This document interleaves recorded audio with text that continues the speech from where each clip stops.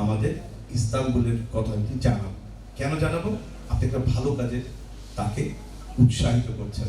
এখানে দাঁড়িয়ে আমার শহীদুল ভাই বলেছেন, আমার যে নুরুল ইসলাম ভাই বলেছেন তার প্রেজেন্টেশনের সময়, যে সদকায়ে জারিয়ার কাজে, মসজিদের কাজটা সদকায়ে জারিয়ার কাজ।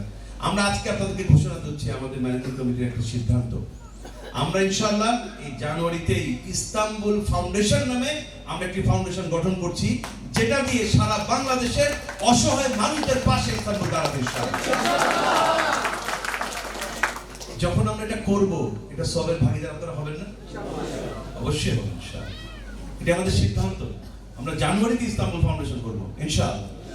সমাজের ভাইরা হালালের কথা বলেছেন, ইস্তাম্বুলের প্রত্যেকটি স্টেপে, প্রত্যেকটি ইটে, প্রত্যেকটি বালুতে, প্রত্যেকটি মাটিতে, রডে, সিমেন্টে হালাল থাকবে ইনশাআল্লাহ।